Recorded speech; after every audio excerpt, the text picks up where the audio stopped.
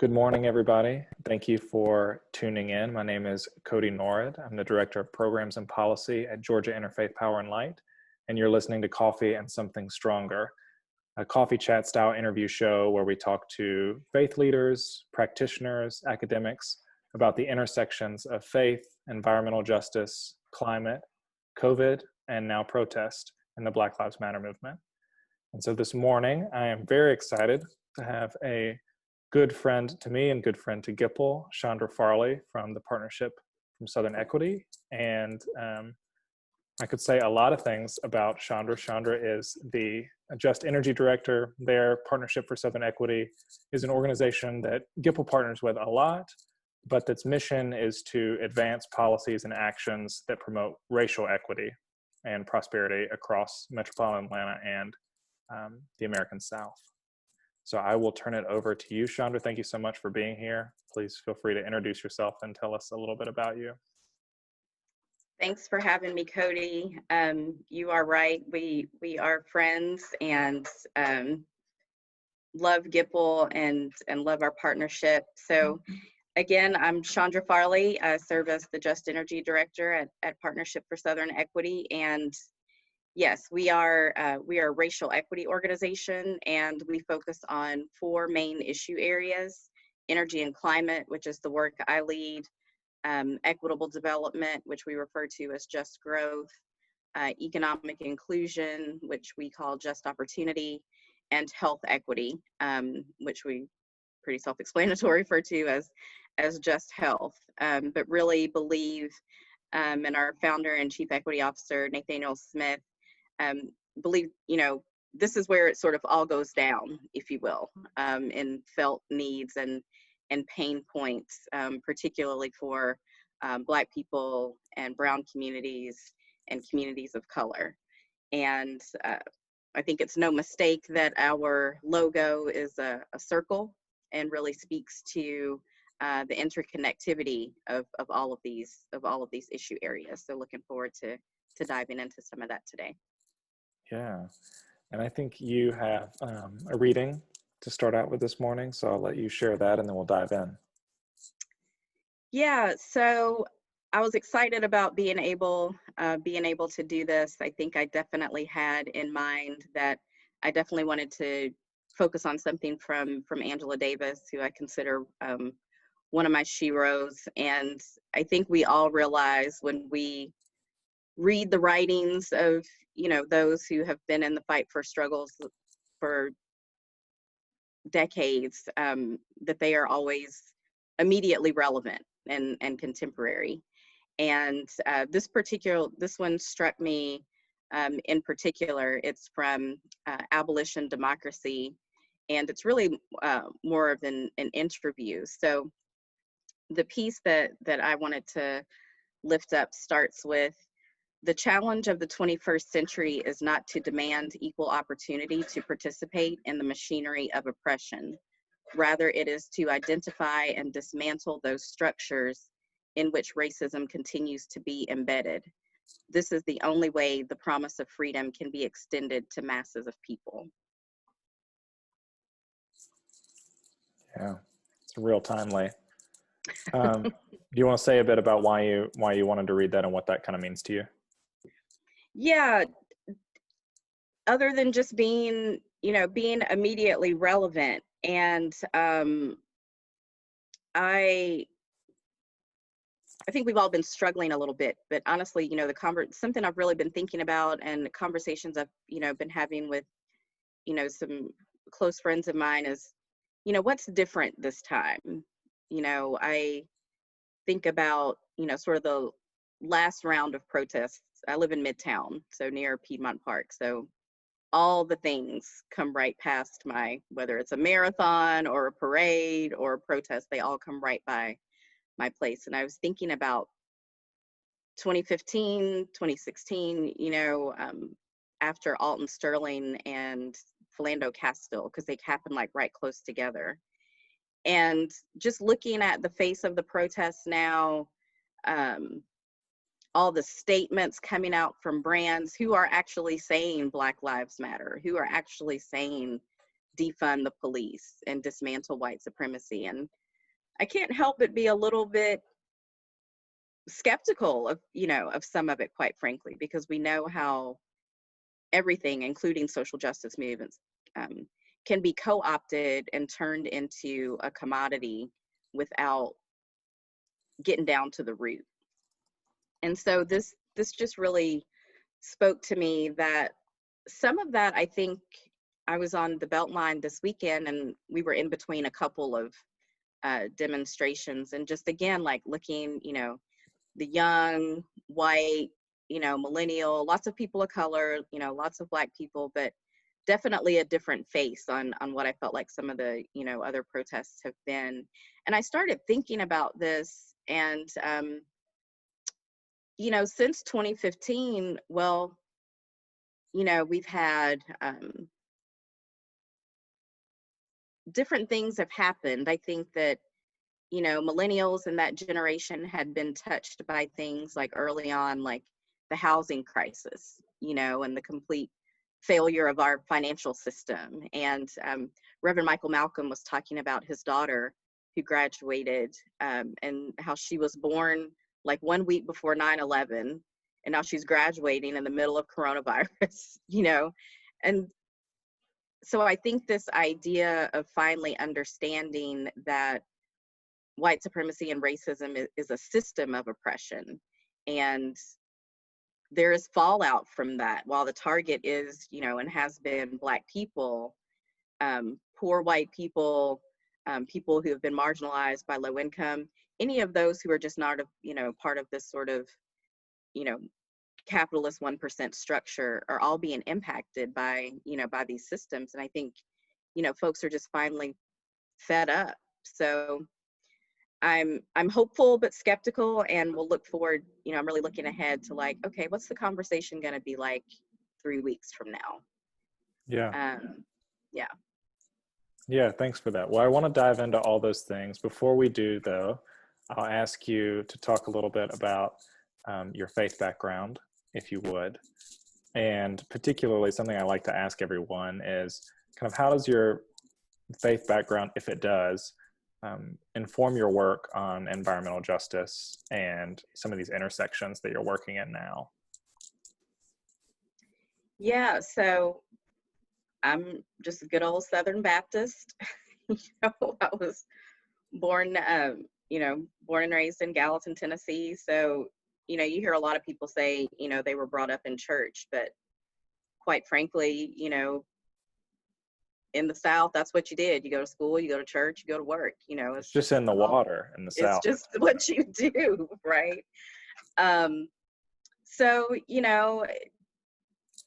but I was raised by my grandparents, and I think that, I guess they were what you would now call progressive. Yes, they were, Black, Southern, country, traditional people, but, they were musicians, they were kind of cool, kind of came up in the 60s or whatever. So, and I think because they had raised, children already, then I came along, they kind of like, well, just get on out there and figure it out, when I came along. So I think I've been able and free to figure faith out, for myself while having a strong background and foundation, and was always encouraged to explore different things, but always had that foundation of, Christian faith that is grounded in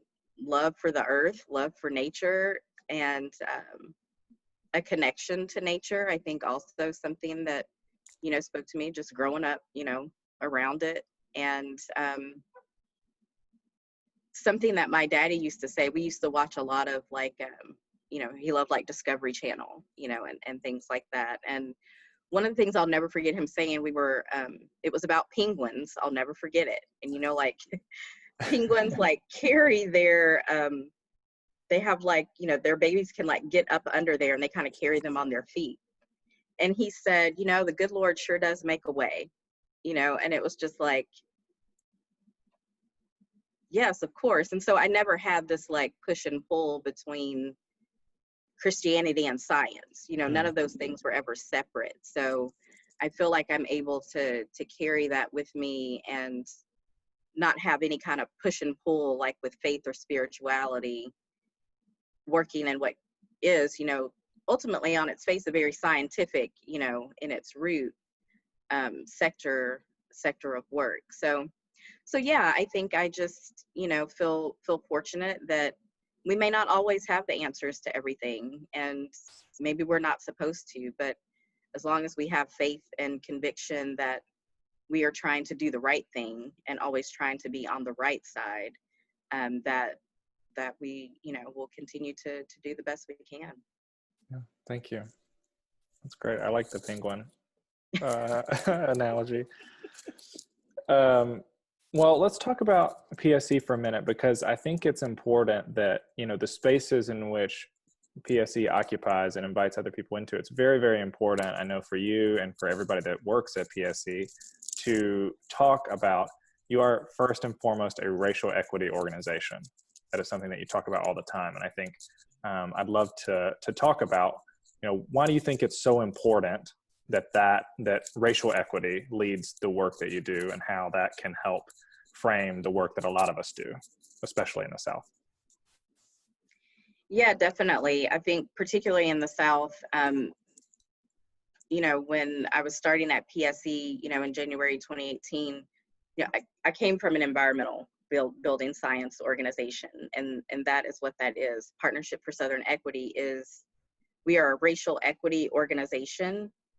And oh, by the way, our issue areas do touch on energy and environment. We're not an environmental organization trying to do racial equity work. Mm-hmm.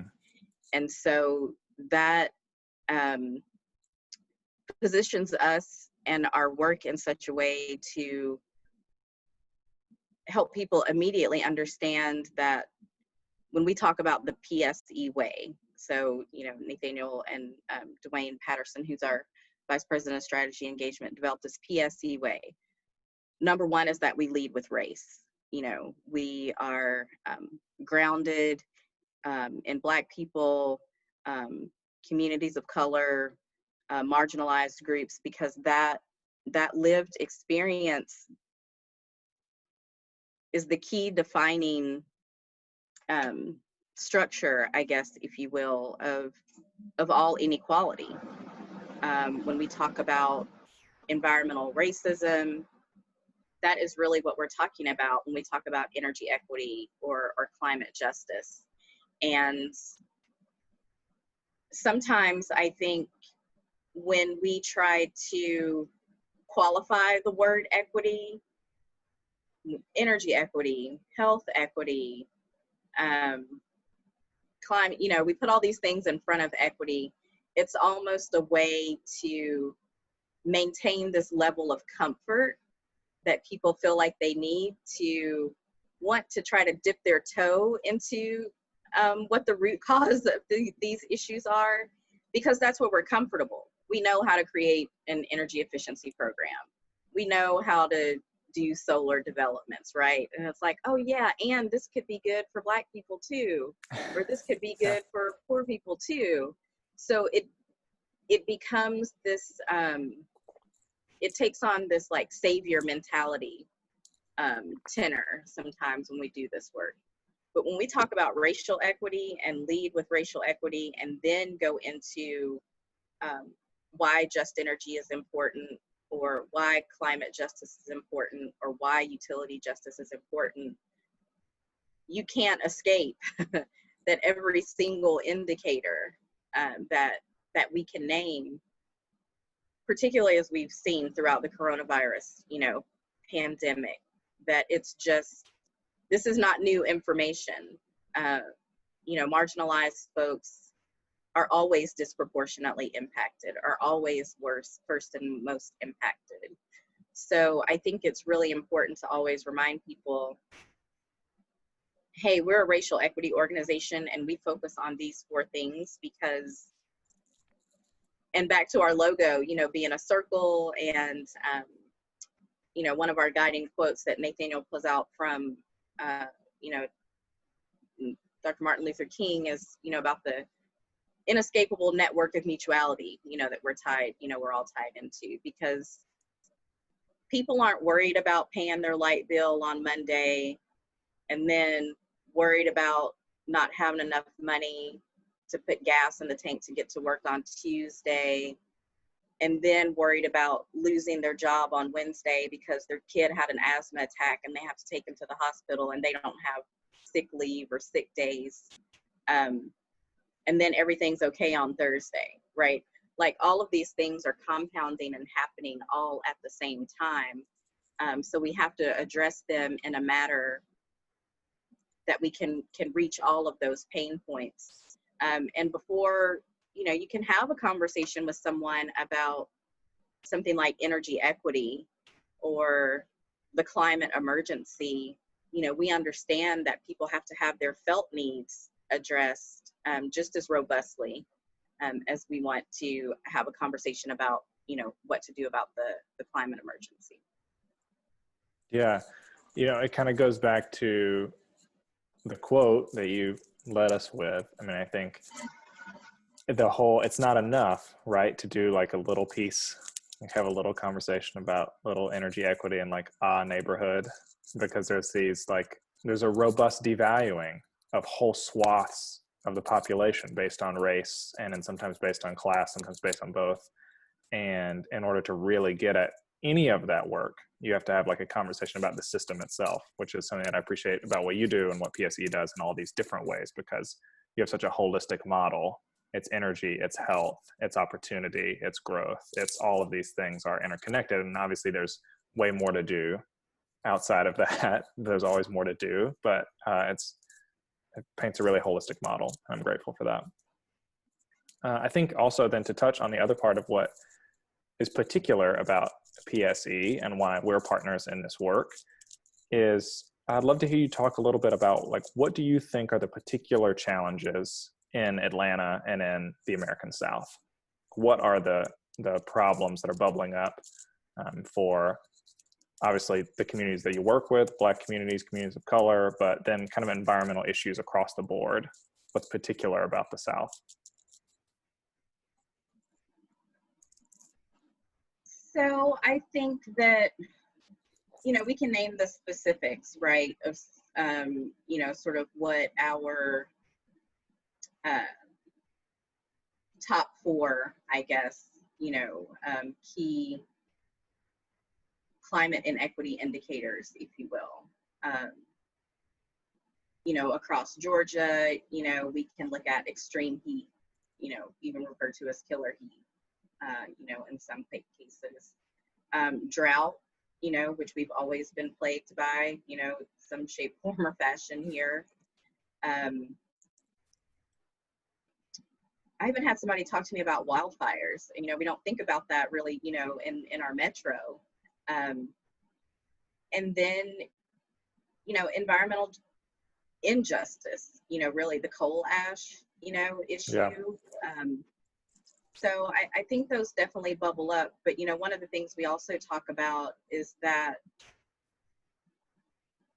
those climate change inequities and impacts feel very different in Atlanta than they do in Savannah, right? And, you all do a lot of coastal work also. So in Atlanta, we're not necessarily talking about coastal erosion or those things. We know that those are issues in our partnerships, like with Dr. McLean, and Harambe House and Citizens for Environmental Justice.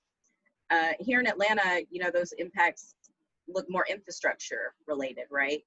Like the flooding, that happens, particularly like in Southwest Atlanta and particular communities. Our transit, and transportation system, being so car heavy, and our most marginalized communities here in Atlanta sit like right at the intersection of 75, 85, 20, and 285, so then we're talking about air pollution, from particulate matter, increased asthma rates, lung disease, heart disease, all of these things that go along with those kinds of injustices. So I think that we're able we really kind of span the gamut of, because Georgia's a big state, a big diverse state. It's You know, 4 or 5 different states it almost. is all in one, you know, just all in one. So that's one of the reasons that, you know, I appreciate, again, going back to the fact that these are conversations about racial equity, right? Because even though it's more, we may talk about flooding and more of an infrastructure context in city of Atlanta, and the impact, the different impacts around like coastal erosion, you know, in Savannah and our coastal cities. The fact of the matter, the same groups of people are impacted by both of those things. They're going to be Black, they're going to be, you know, other people of color, they're going to earn lower incomes, they're going to be the essential workers now, which is something, not trying to give any credit to coronavirus for anything, but this whole that idea around understanding that people who earn lower wages are our essential workers. Like, those are the people that do now and have always driven our economy and kept our economy going. So I think, you know, again, you know, just the idea that no matter what the issue is, we have to go back to racial equity. And that's, you know, one of the things I love about being at PSE, because, and I say this a lot, one of the first quotes I ever wrote down from Nathaniel was, even before I started working at PSE, this is still when I was kind of like trying to like pop up and see him, like, hey, really interested, you know, in your organization. But it was, equity is a way, not a what.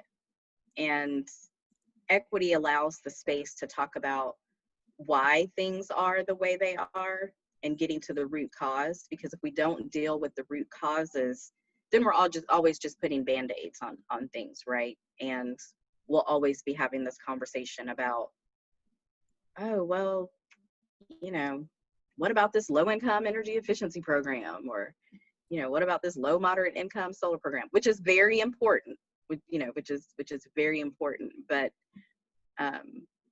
Dr. Joyce Dorsey, you know, you may have heard this at some of the Just Energy Circle meetings, always talks about, she's president and CEO of the Fulton Atlanta Community Action Authority.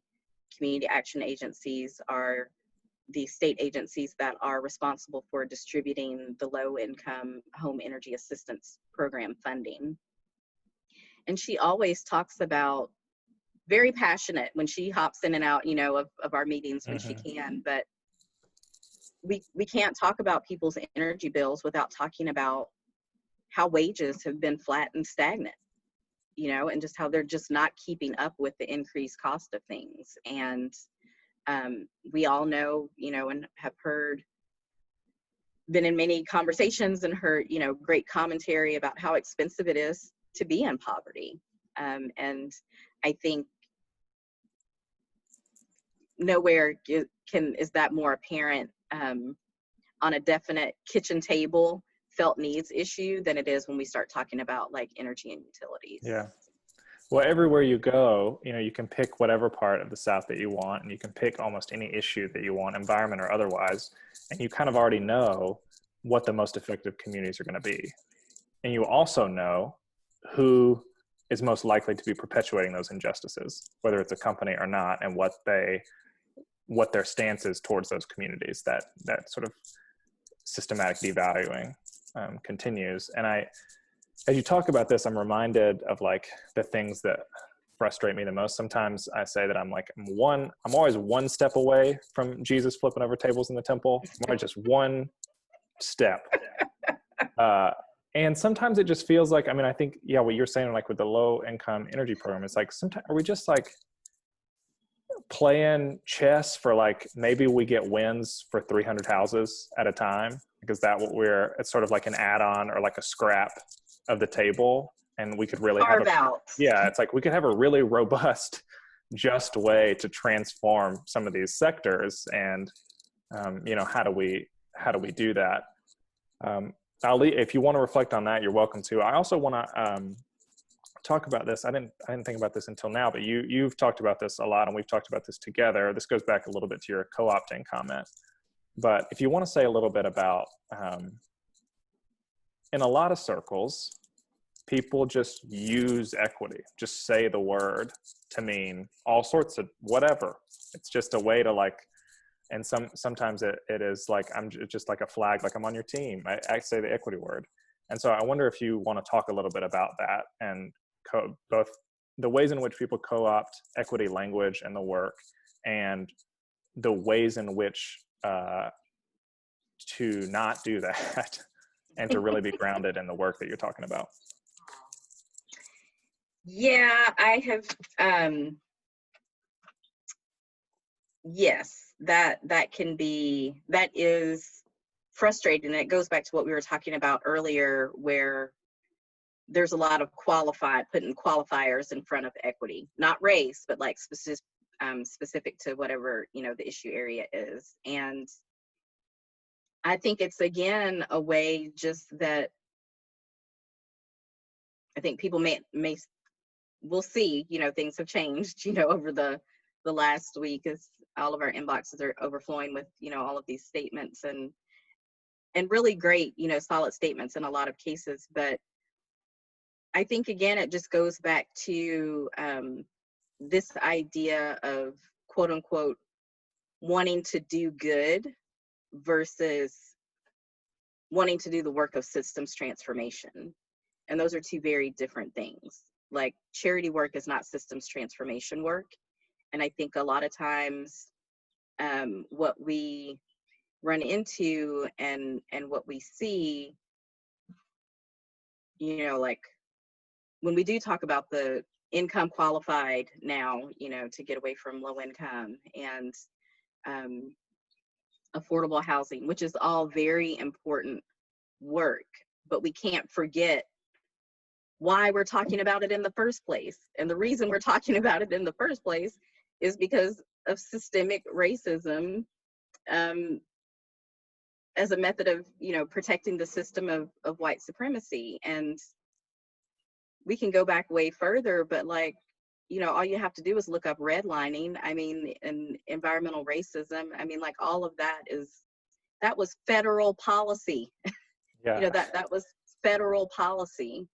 And think about how long mortgages are. Those are generational. That has generational impacts, and that's what we're talking about now. So, it is scary, uncomfortable to speak out, and I do, we do a lot of, presentations and speaking at conferences and things like that.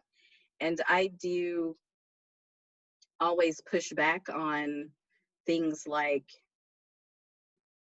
okay, well, let's split up into groups, and who wants to lead the equity conversation? And then you'll have all the other 7 sort of components of whatever technical thing or, whatever we're talking about. And what that should really be is about, there should be someone talking about and standing up for equity in each one of those 7 groups, versus it being this other thing over here by itself.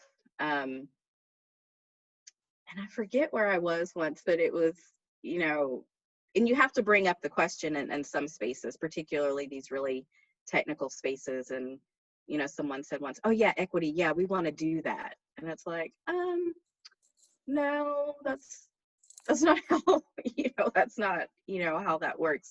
Because it sounds good, we talk about equity, because I think people still equate it, to equality, which is something different, which also is something that spoke to me with the Angela Davis reading. Is, to me, what she was really talking about is, yes, great, some people got equal rights, not everybody, but now we got to talk about making sure everyone has access based on what they need, which is a very different conversation. So just being, having to encourage people to, you just have to push back and ask. So, sometimes it's like, okay, well, what do you mean by that? Like, what is your definition of equity? What has your organization decided that you want to explore that is making you want to talk about equity.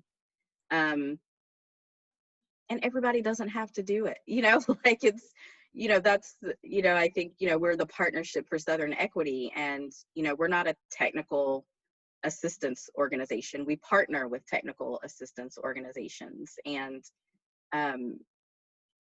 there's plenty of opportunities to partner and learn. And I think there's some really great examples of organizations and partners who are on, what we call an authentic journey for equity, and really being intentional and authentic about exploring that, versus trying to hop on a bandwagon that may lead to, in some cases, funding or, different things that then draws in a whole other, scope of issues sometimes, where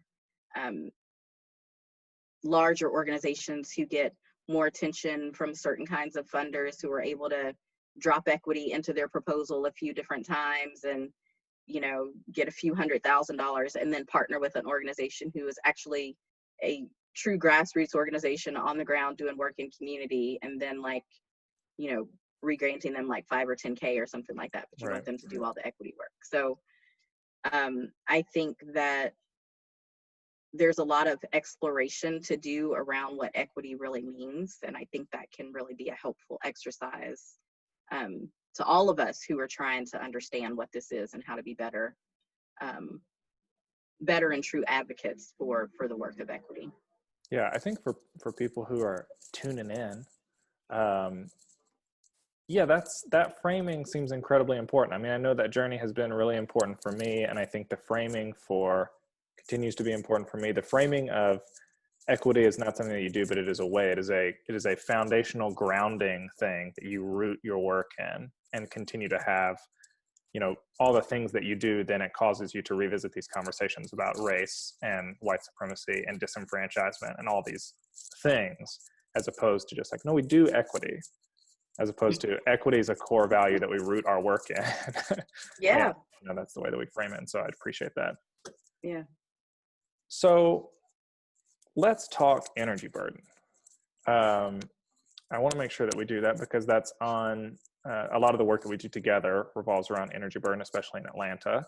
And a lot of the work that has been done by you all and the Just Energy Circle while all this has been going on has been around moratoriums on shutoffs, we're still trying to think about how we're going to tackle that issue. And so I wonder if you'd talk a little bit about energy burden and the moratorium on shutoffs, why that's kind of a moral issue and important. I mean, it's definitely another example of intentionally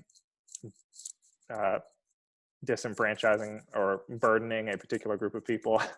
It seems like a very intentional move. So I just let you talk about that. Yeah, so I think that, energy burden has exploded sort of onto our scene, if you will. And, it's not new, or anything like that, but I think sorry, I don't know if I've actually defined energy burden for people on this show yet. So would you mind doing that as well? Yeah. So energy burden is the ratio of household income to the amount you pay for your energy bills per month.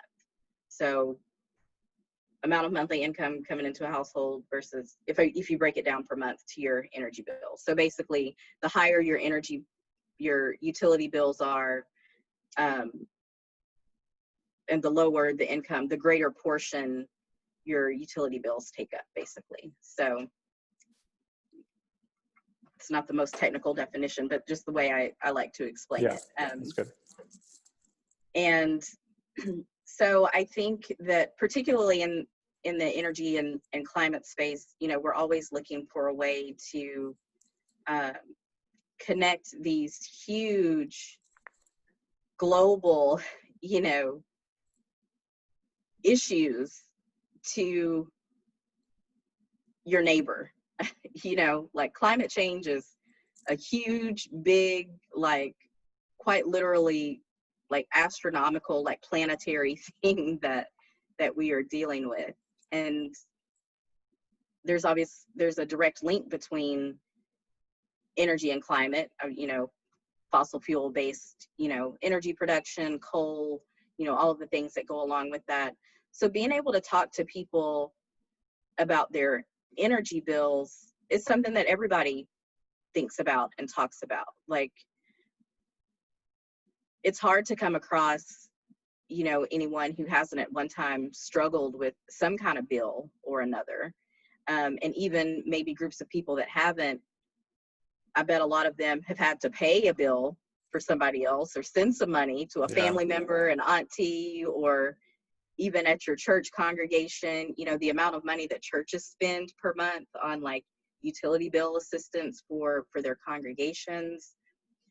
So it's become a way to immediately connect a felt need, and a direct impact on people's wallets. This is a conversation that people are having all day, every day, right? Like, how are we going to pay this bill? How are we going to pay that bill? It's very tangible. Yeah, everybody understands that. And it's definitely a strong gateway to these bigger conversations about utilities. And, well, hey, yeah, you're fired up about your electric bill. Well, did you know the people that make the decision about that actually are just down the street at 244 Washington Street downtown? And you can go down there, in BC before Corona, you could go down there and talk to them. And so it draws a direct line from a person's pain point to the civic infrastructure that is making that decision, the electoral,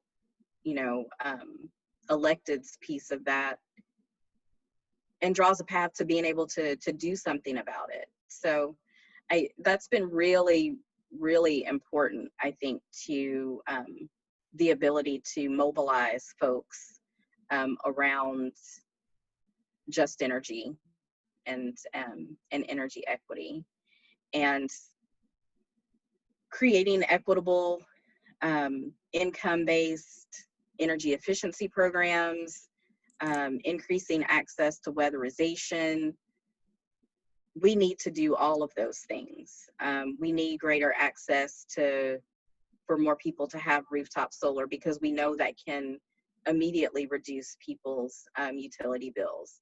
But we also know when we do all of that, we're still going to have to do something about income inequality. And we're still going to have to do something about runaway poverty and wage theft.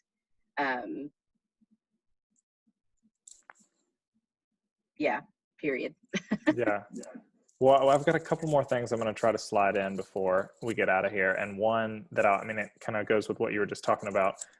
A very important part of your work and PSC's work in Just Energy, and I think it carries over into other programs, is this fundamental tenet about grassroots organizing. And also in some of these policy arenas, the ability to elevate voices from the field, truly allowing communities to speak for themselves. And I wonder if you would talk a little bit about why that's important and why people should be doing that if you're going to be engaged in this work, and how you all do that. Yeah, so we are firm believers in the very real truth that communities can speak for themselves. And I heard Mustafa Ali say that some years ago, and it has really it informed my work. And that's definitely something that, we live out in a lot of ways at Partnership for Southern Equity. The people who are most impacted are the people that know how to solve, who know what they need, right? You just have to ask them. And so, we talk a lot about, we can take the Public Service Commission, or any arena, as an example. This is why, like storytelling and all, is so big, because stories matter and people matter. And it's important that people are at the table and really just not at the table. We like to talk a lot about we, the royal we, people getting a seat at the table. Well, you know, I want to decide if I want to sit at a rectangular table or a round table. I want to decide how many people I need to fit at the table based on what the issue is. You know, I want to decide if we need dinner at that table or just breakfast. You know, like I Right. just Yeah. don't want to sit at the table. And so the people are the ones that have to shape that, even for us. So when we are partnering with communities or working with our organizers who are, you know, scattered across the state of Georgia, um, we do what we call chat and choose. And they're really just community conversations. You know, we'll partner with a local church or a local civic organization as a way to introduce Partnership for Southern Equity and our work to the group. So a lot of times that is some of our just energy programming, but we're very clear that that may not be what the community wants to talk about at that particular time. And that may not be the most immediate issue that they feel like they need some technical assistance with or guidance on. And we're okay with that, because what we are about is building relationships with people around shared values of trust and partnership, no matter what the issue is. Yeah. So I think that is the core of true grassroots organizing, is that you're working to build power with people, and whatever you can bring to the table, whatever PSD can bring to the table, whatever one of our partners can bring to the table, really will never achieve what it could without the people who are actually guiding us and telling us where to direct our energies on a particular issue. Yeah. So people have to be positioned to be in front and lead the decision-making process around whatever they decide their pain point issues are, at the beginning, the middle, and the end of the process. That's a good segue. So I have two more questions, and we'll try to keep it brief. Okay. But we've talked a little bit about this, and I want to talk about protest, people's voices, and, you know, in your opinion, the way that we do this work, I mean, it's always different depending on what the issue is and what's happening, but how do you like to talk about the link between protests and voices in the streets, and how that gets turned into policy work on the inside of some of those buildings?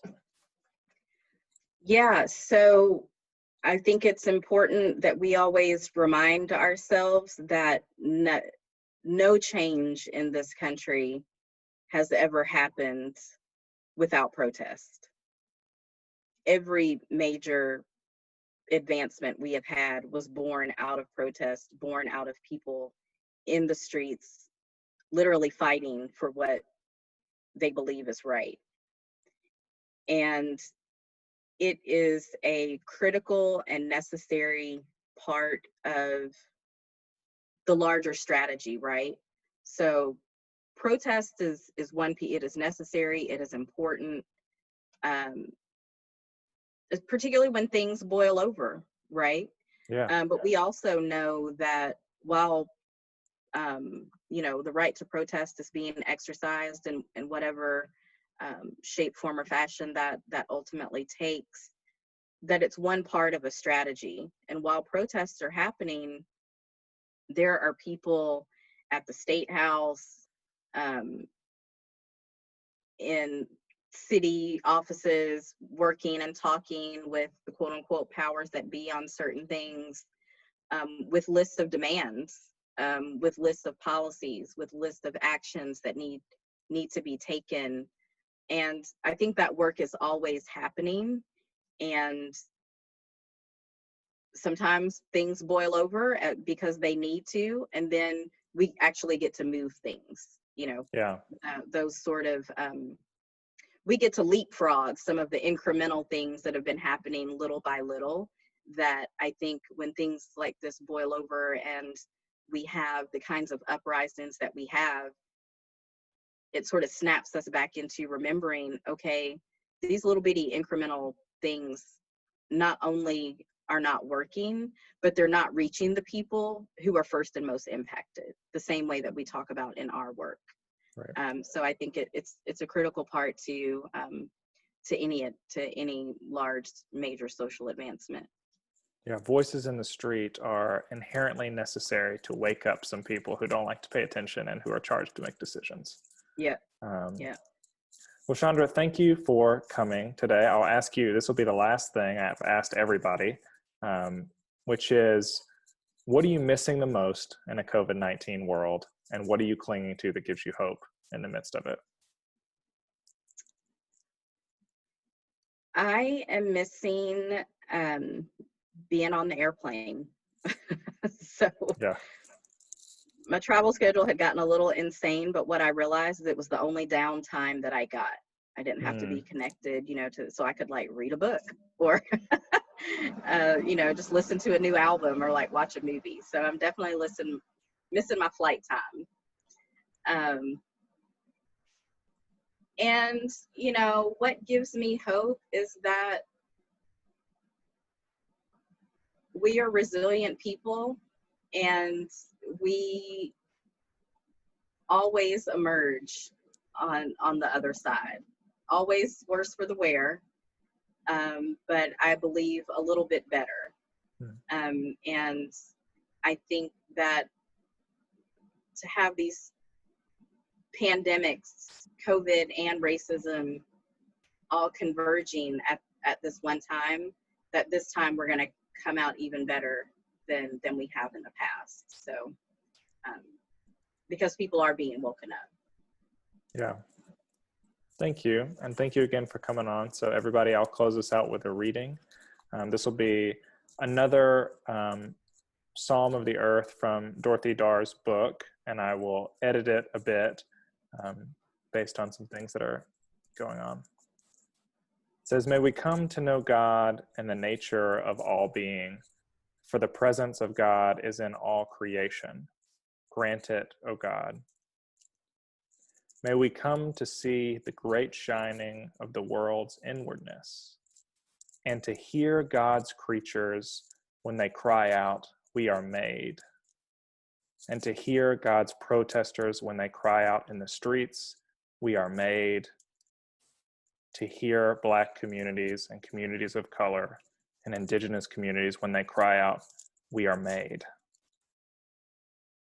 May we increase in God's wisdom in our daily lives, for the multitude of the wise is the salvation of the world, and keep ever mindful that wisdom lives not in the head, but in the heart. We pray this, and we lift up our hearts to you. Amen." Thank you, everybody, for tuning in. You can find us the same time, same place. Next week, for another edition of Coffee and Something Stronger, we will be talking with Reverend Brendolyn Jenkins Bozeman, the pastor at Hudson Memorial CME Church in Augusta, Georgia. And we'll see you then. Thanks so much.